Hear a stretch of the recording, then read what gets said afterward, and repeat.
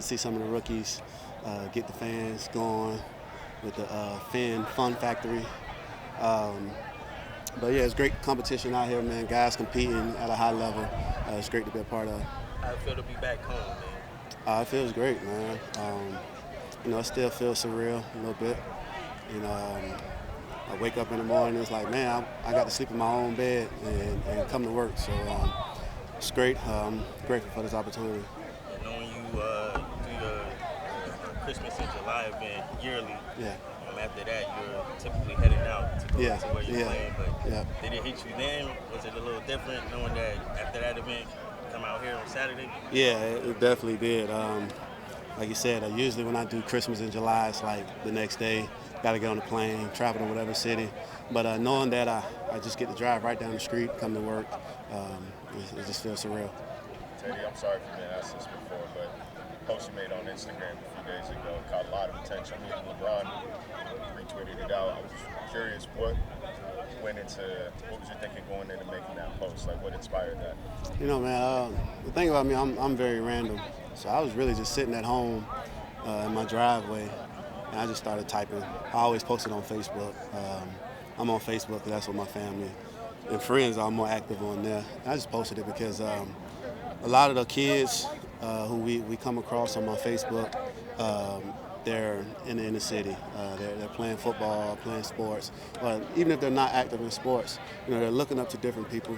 And sometimes we misuse our platform, but I'm not saying everyone does, But so it was just something that just came to mind. I just started writing, hoping that, if it could get to one athlete or one teenage athlete, is doing this job. I feel like a lot. What if anything surprised you about the reaction to what you said? I really didn't realize that it went viral until like the next day or something like that. I was working out, and my QB coach, OB, he was like, man, that post you put out, it went viral, and everybody talking about it. I'm like, for real? When I post on Instagram, I post and get off. I'm not really an Instagram guy, so yeah. What are some of those experiences that you've had growing up in South Florida? I'm a high school sports reporter for Palm Beach County. Okay. So how have you kind of seen the kids from South Florida potentially fall through the cracks because they didn't choose their path? Yeah, man. It's so easy to be influenced, nowadays, especially with what you're seeing on social media, what you're seeing on the television.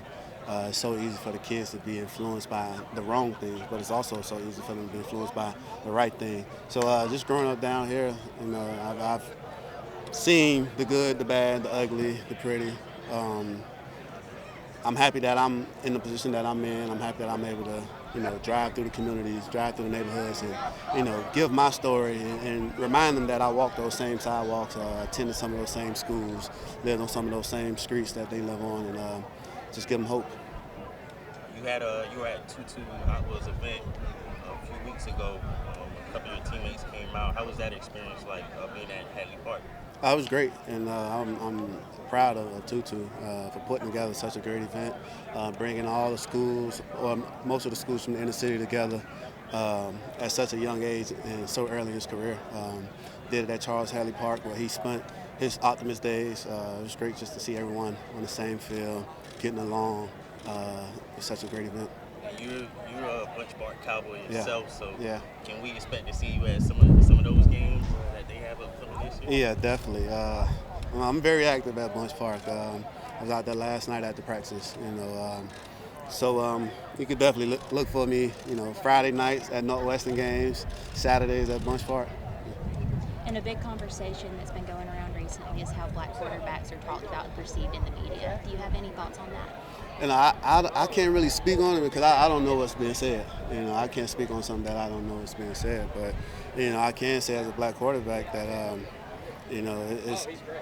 it's a unique opportunity. And I'm grateful that I've been given this opportunity, because there might be another Teddy Bridgewater playing down the street at Bunch Park, Gwen Cherry, somewhere. So I'm happy that I got this opportunity to just pave the way. The social media comments that you had I don't know if you were asked about this before, I'm sorry if I'm repeating the question.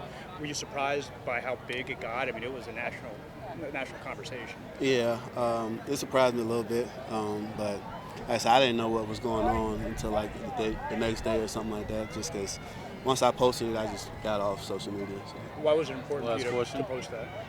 Like I said before, there's so many teenagers who are easily influenced by what they see on social media, what they're seeing on television.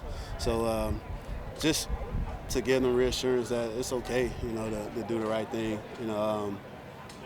Yeah, it's looked down upon, things like that, but like I grew up with a group of guys who went left, and they made sure I didn't go left with them. So it's like, yeah, I was around them, but at the same time, hey, I tell you can't be around us. Go to football practice, that type of stuff. So, I'm just basically trying to remind them that it's okay to, do the right thing. All right, sir. Thank you. Thanks,